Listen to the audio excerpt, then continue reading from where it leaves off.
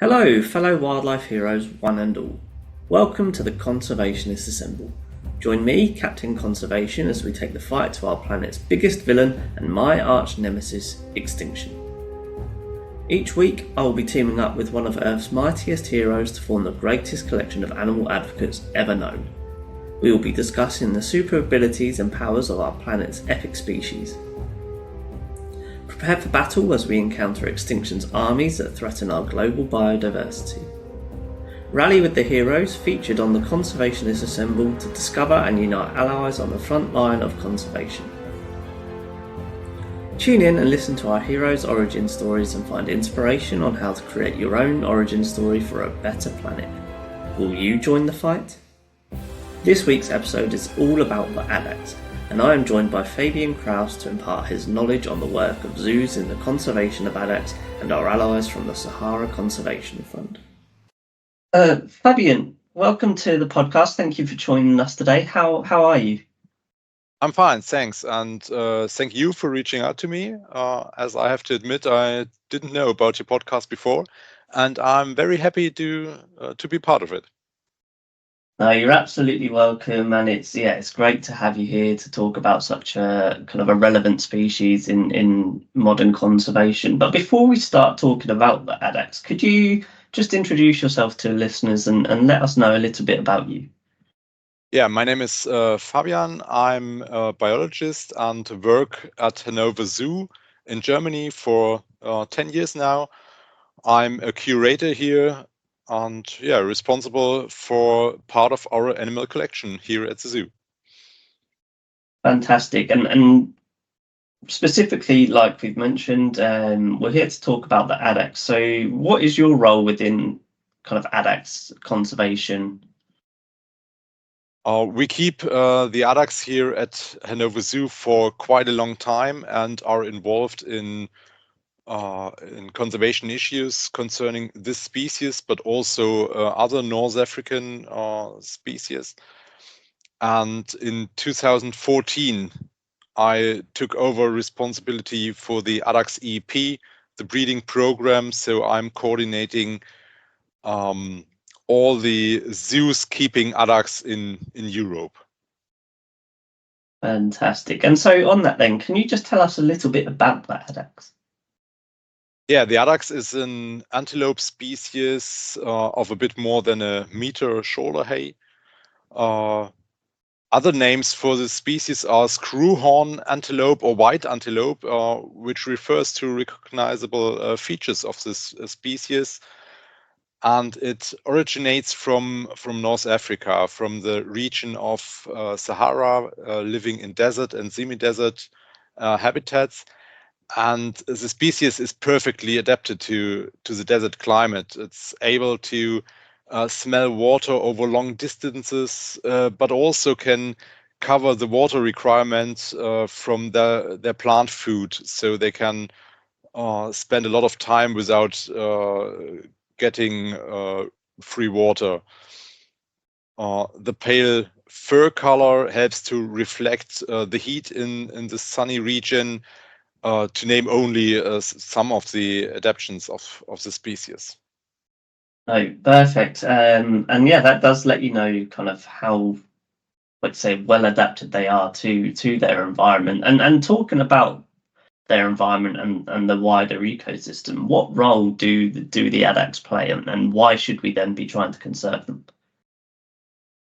The addax, together with some other hoofstock species, are the main bigger species in this habitat, and so they play definitely a role in interaction with the with vegetation, but also smaller life forms in there. It's not a habitat with a variety of species like a jungle in South America or so, but that is probably what keeps the role of the single species so high. And so what are the classifications and population trends for addax?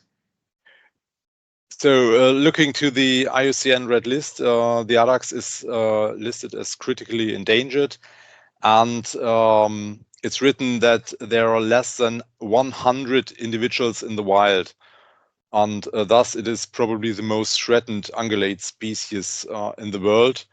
And to be honest, the 100 animals in the wild might be very optimistic from what we know. And so in terms of why that number is so low, what are the threats to the addax and where are they coming from? So one main threat, especially in the past, is poaching, because they are a very good-looking antelope with good-looking horns. That's probably not the main threat now, because the numbers are so low. So even for experienced hunters, it will be very difficult to find some. But now all exploration and civil unrest makes the natural habitats quite difficult to live in for the species. So in terms of protection then, what is happening to help prevent any further losses and maybe now so that hunting isn't a big threat? How can we make them bounce back? So I think conservation always, and in case of the addax, definitely has two sides. It's the in situ issue. So we have to look forward to have safe habitats again, because one main idea of most people for conservation of species is to breed animals in the zoo and get them out into the wild. But in most cases, we don't have the safe habitats to get them back into. And that's definitely an issue in this region. And on the other side, if the numbers in the wild are so low, and we have animals in the zoos, not only in European zoos, but also in North Africa, North America, and in Asian zoos, even Australian zoos keep addax, then we have to manage these populations properly to have a backup in the zoos. Yeah, it's great you've mentioned kind of how it's a global effort of zoos to keep that genetic diversity and that population stronghold. So how, for example, do you, as the European coordinator, collaborate with some of those other regions? In North America and in Europe, there are breeding programs like the EP in Europe, and we exchanged animals between these programs years ago to generate a genetic push-up and to help the populations to stabilize and remain genetically healthy and diverse. And from these populations were animals taken out to North African national parks in Tunisia and in Morocco in the 1980s and 1990s already, to build up populations in these semi-captive areas. So what you're saying, sorry, is that we've seen some translocation of zoo-born addax into a managed population in Africa, much like the scimitar horned oryx. So we're starting to see that there's maybe more scope for that in the future as well. Yes, definitely. We took over 100 animals from the breeding programs to the national parks, and the populations there developed very well. So they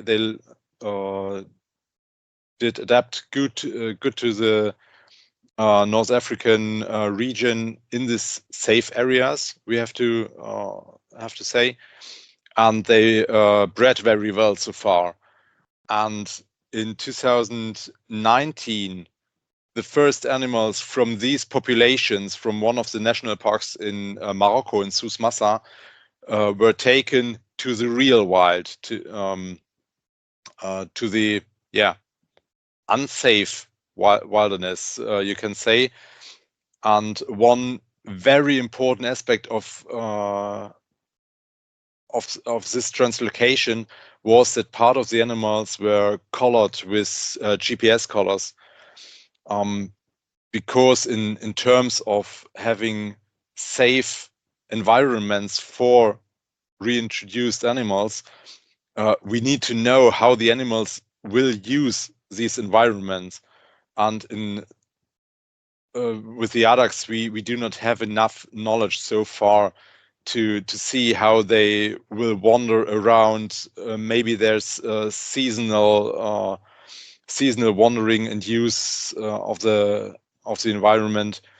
And with the data from the GPS colors, we will have some very important information for the next steps, planning reintroduction of the species.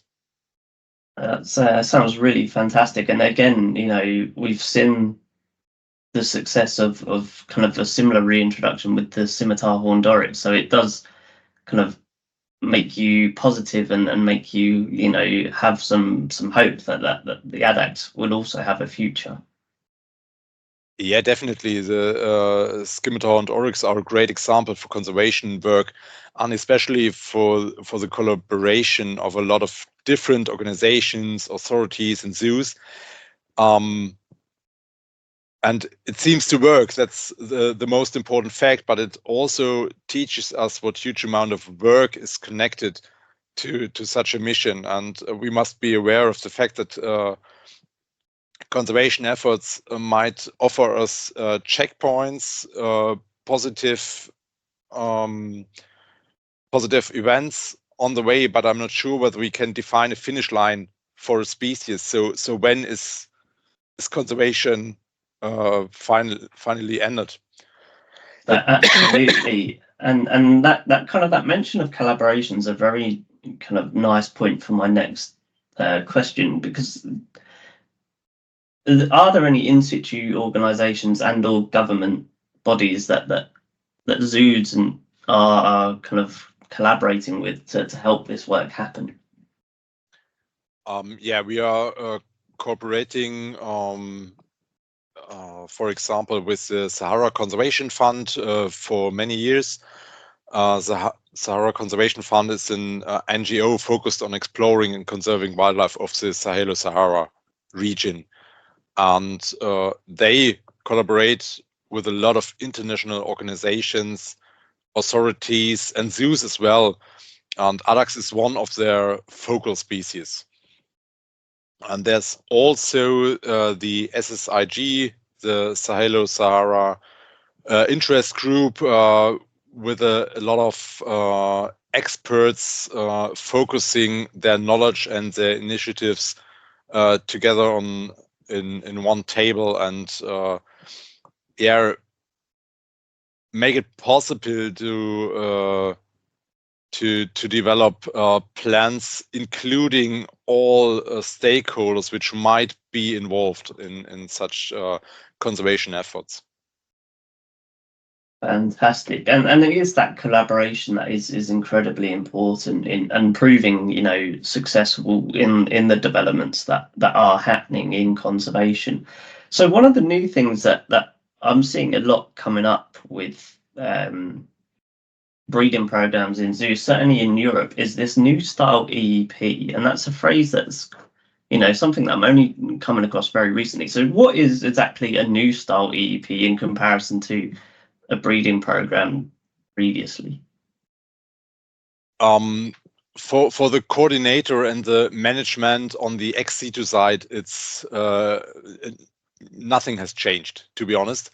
But the new style EEP offers a stronger link between ex situ and in situ, because the new style EEPs demand to look out for collaboration possibilities in situ, and to find out on what ways the zoo community can contribute to in situ conservation efforts.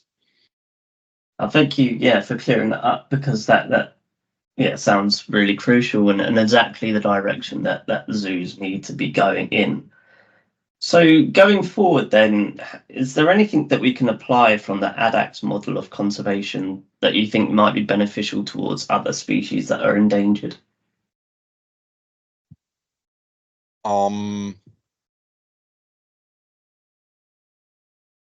Yeah, I think so. That's one important fact in conservation nowadays, in my eyes, is that it is necessary not to lose the broader picture of what we are trying to save. So the addax is a quite good example to focus on one species with all the ex situ efforts we are doing, the population management, but also educational work and bringing the information on these endangered species to the public. But still, it is only one species which is ambassador for a region and a habitat with a lot of species. And if we are not looking on the region and the habitats itself, then we cannot succeed in saving one single species, I think. And on the note of kind of educating and using the addax in zoos, for example, not just as a backup population, but for ambassadors, what is something that everyone can do to help conserve addax and make a better planet for them? Yeah, I think one great contribution is to be sensible for the conservation issue in North Africa itself. Of course, everyone can support the zoos keeping addax or other North African species like the red-necked ostrich, like scimitar horned oryx, or dama gazelles, as all these zoos contribute to the EPs, to education work, to conservation work in any way. And so supporting the zoos will also support the conservation efforts in general. And so then shifting a kind of away from the work that is happening and the work that still needs to happen, I just want to now focus on what addax mean to you. So what was one fact about addax or one kind of experience with addax that really made you appreciate them? To be honest, one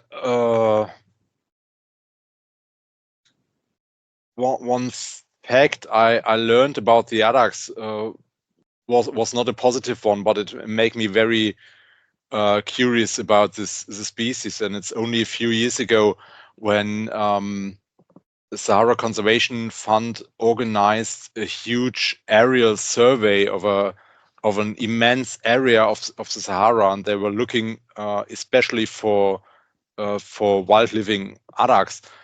And the result of this research was that they found 7 individuals in a huge area of the desert, and this makes us realize how far the population is in its development, and that there's extremely need for conservation work now and not in 10 or 20 years. But we have to plan it carefully, of course. We don't want to lose animals due to spontaneous efforts, but we can't lose any time for the species now. Yeah, certainly it's something that hopefully will get more traction going forward. Is kind of the plight of these animals that aren't often put in the public eye. So, Fabian, thank you for giving us an insight into where we currently stand on addax conservation. Now, I just want to switch gears a little bit and learn a little bit more about you and your career. You've mentioned that you've managed the EEP for 10 years, but how did you get to where you are in your career currently? Yeah, after school, I worked as a keeper in a wild animal rescue center here in Germany for a year, and then studied biology. I focused on behavior, ecology, and conservation, and I was always curious about how zoos work and how zoos collaborate with each other. And that's why I took the chance when I got it to start at Hannover Zoo as a scientific assistant and then became curator. So that's where I am now. And when did you first know that or kind of when did it first start coming to light that you were going to get involved with the addax EEP?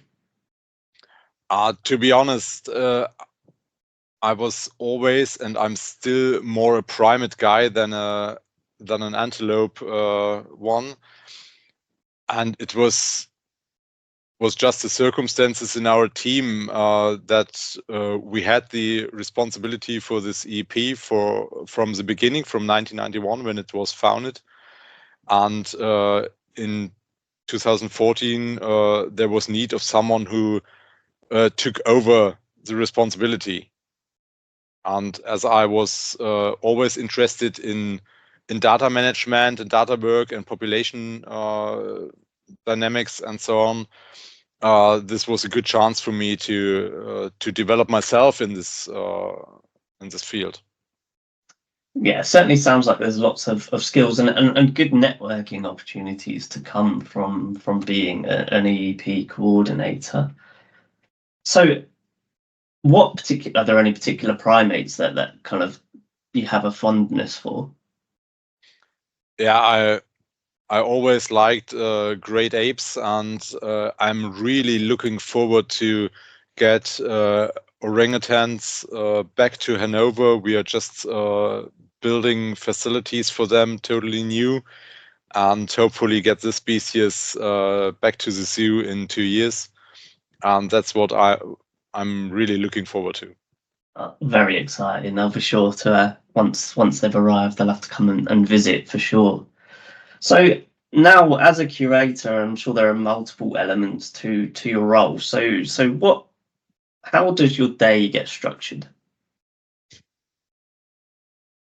To be honest, I'm not sure if I have a typical structured day, but it's about 2/3 of my time I'm spending in the office, networking, doing data work, and the rest I'm on the move in the zoo, checking in with the keepers on different projects, on training issues, introduction processes, collection planning, construction works. But I think it's every day is something else. So what advice would you give to someone looking to pursue a career in conservation, or maybe the younger, new to the industry keepers that are working with you? What advice do you give to them? I would say look how to get the best background for the work you're dreaming of. It might be university, but also maybe training as an animal keeper to get involved in that way. One has a mind for his contribution to conservation or to zoo work or whatever. But the basis must be a good background. Yeah. And what are some of your proudest personal achievements today? Yeah, I think I have a lot of achievements which show in our daily work here at the zoo. So if an enclosure we planned works good for the animals and is attractive for the visitors, then we are proud of. But it's always not only my achievement, but it's a team effort. And looking on my data work here, I'm also proud of the addax EEP, because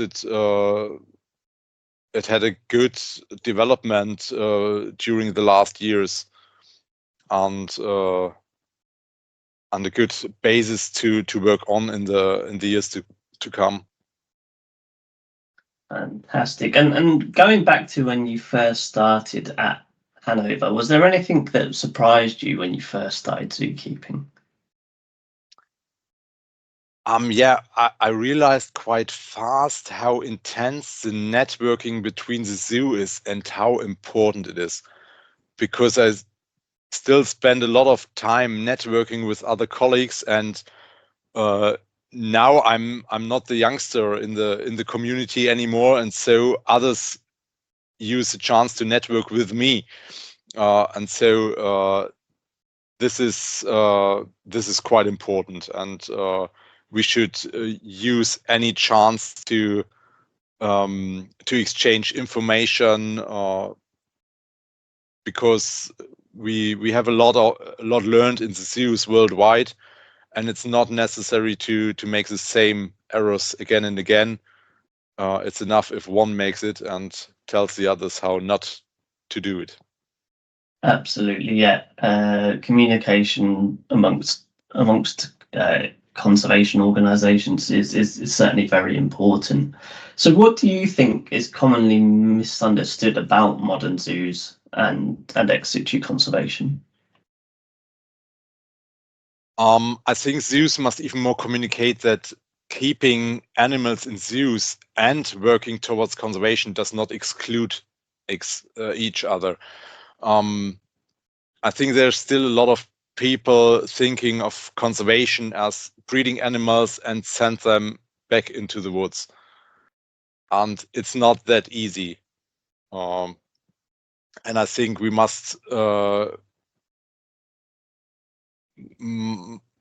work towards a good and realistic picture of conservation efforts to get the support of the community back.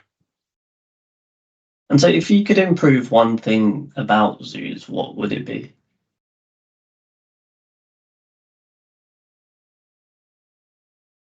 I think, yeah, it would be great to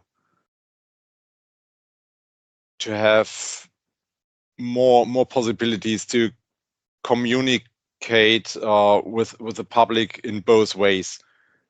So we are always trying to get the picture out to the public, but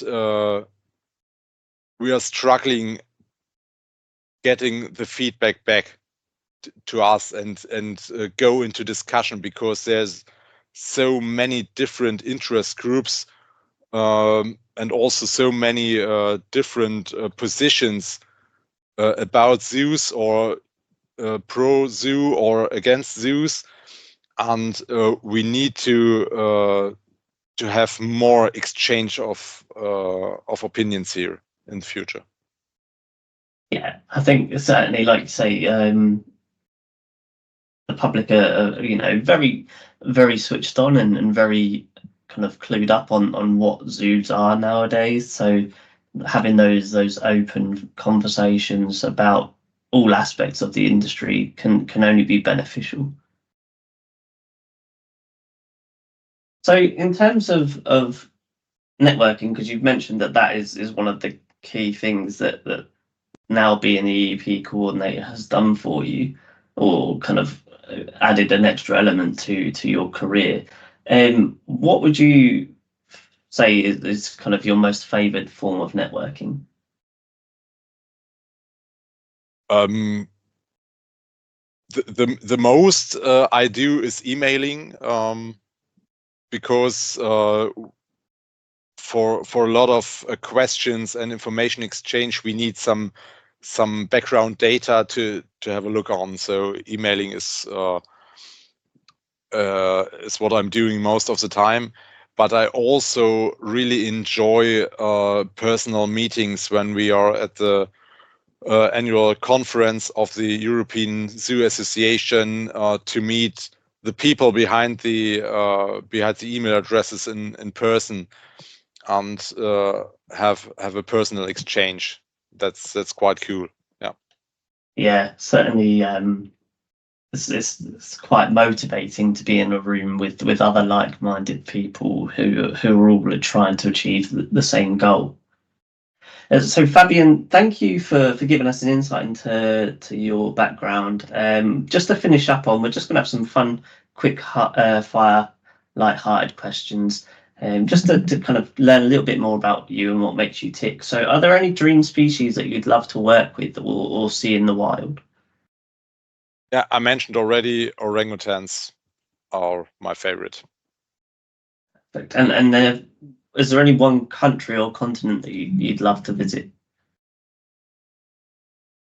Yeah, I would love to visit the northern part of Europe because I've never been there except for Helsinki city. And I'm not the exotic global traveler, so my dreams are a bit nearer than these of many other people, I think. Certainly, yeah, that's a very beautiful part of the world. Yeah, I'd certainly like to get out to Scandinavia quite soon. And if there was one species from around the world that could be native to Germany with no negative effects on the ecosystem, what would it be? I love the sort of having native primates in Germany. Non-human primates, of course. Mm-hmm. Yeah, fair. Yeah, there's certainly, I think something that largely Europe is missing is a native primate. Also, we have macaques in a very small part of Europe. But yeah, that it would be something that would be a nice addition if it was possible. But sadly, it's not. When you're not working, how do you keep busy? I have 2 kids at home. That's answering the question sufficiently. Yes. Yeah, very quick answer there. And how can our listeners keep up to date with the work of the addax EEP and Hannover Zoo? Hannover Zoo and also Sahara Conservation Fund have websites, and we always try to keep some up-to-date information on there. And other parts of the internet keeps a lot of information for everyone, but one needs to take time to filter what is good information and what is fast information. Absolutely. And lastly then, what is the one thing that you think our listeners should take away from today's episode? I think the main message can be that zoos can contribute to conservation, and that doesn't mean sending animals into the wild in any case. The interaction of different people and organizations with different experiences and skills focusing on similar interests can make a difference. A great note to finish up on there. So a massive shout out to you, Fabian, for gracing the podcast with your knowledge on addax conservation and how we can all contribute towards their future. We wish you all the support in the rest of your career, and we'll be sure to keep up to date with all addax developments and the work of Hannover Zoo in their role of conservation.